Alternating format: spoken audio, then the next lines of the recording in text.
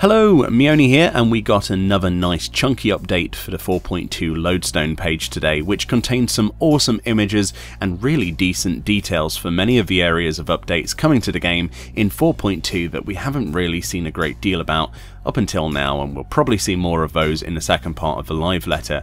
But the first section to the updated page is for the Feast, the Crystal Tower Training Grounds, which is a new map for the Feast PvP mode.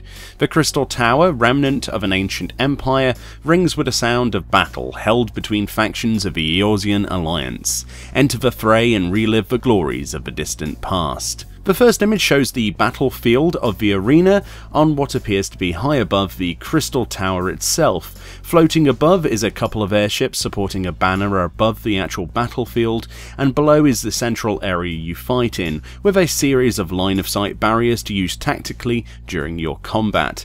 And also, the next two images are of each of the team's starting areas. The first is the Chocobo team, or Blue, which has a pair of Chocobos atop the pedestals either side of the entrance to this fantastic looking arena. The final image showing the Moogleside's base, which is for the red team. Below this is two images, titled New Team System and New Rules. The write-up states something we've already seen on one of the dev blog entries on the Feast updates. However, form a PvP team of up to 6 players, utilise the specialised group chat function, and choose an insignia to represent the party. Compete against other teams in brand new ranked matches. And the other paragraph tells us, battles have been made shorter and more dynamic, and feature the new light medal effect that reduces damage taken as the number of medals held by a player drops. And conversely, the more you have, the more damage you take. Adjustments have also been made to the UI, making it easier to see the number of medals held and the status effects. Below the PvP section is the now updated Beast Tribes update, and this is really cool. The Vera, one of the tribes of snake-like Ananta, have long supported the efforts of the resistance by sending warriors to bolster their ranks. One such battle maid in Alpa, the Broodmother's daughter, who makes up for a lack of prowess in combat with her courage and ingenuity.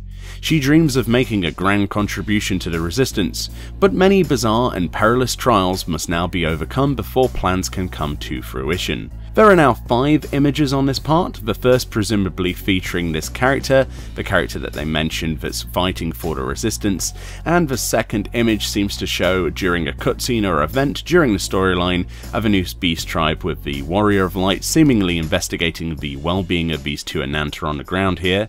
The third image of what might be a summoning of Lakshmi again from the tempered Ananta and tempered people in the background, possibly from the end of the 4.1 storyline.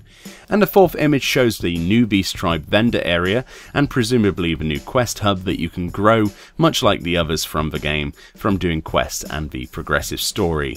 I love these decorations on the walls here, and hopefully we can get some for housing at some point from the vendor. That would be really cool.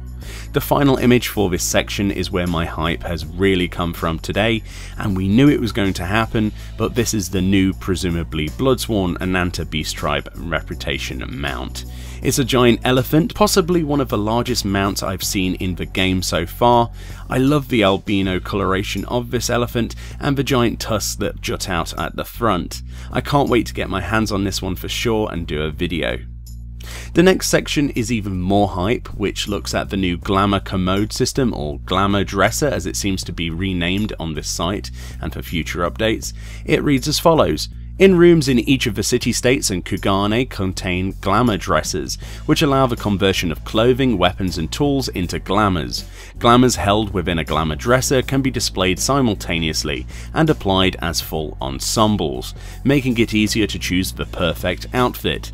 The first of the 3 images shows the incredibly beautifully designed dresser to the left, which the player is standing next to. Which, if you remember back to the early hint artwork on Instagram earlier on this year, they teased with boxes of crystals. It turns out this was actually what the eventual reference was hinting at, which is pretty cool.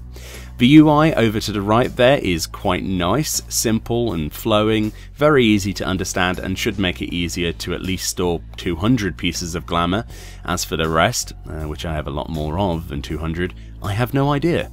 The second image shows one of these stored Glamour Plates, which is what they are calling each saved Glamour preset, out of the 10 plates you can have and save and switch between on the fly at any one time. Quite a nice rainbow coloured window, again simple and easy to use and intentionally usable by all. And the final image shows the actual Glamour being applied with the apply button there.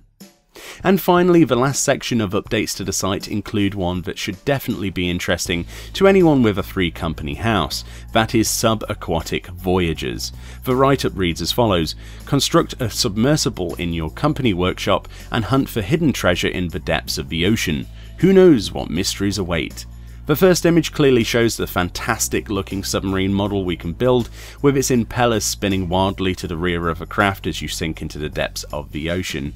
The second image is of the plans being put together in the company workshop that you might recognise there in a 3-company house, which contains some interesting maps in the background that somebody might want to zoom into and have a look at, of the ocean there.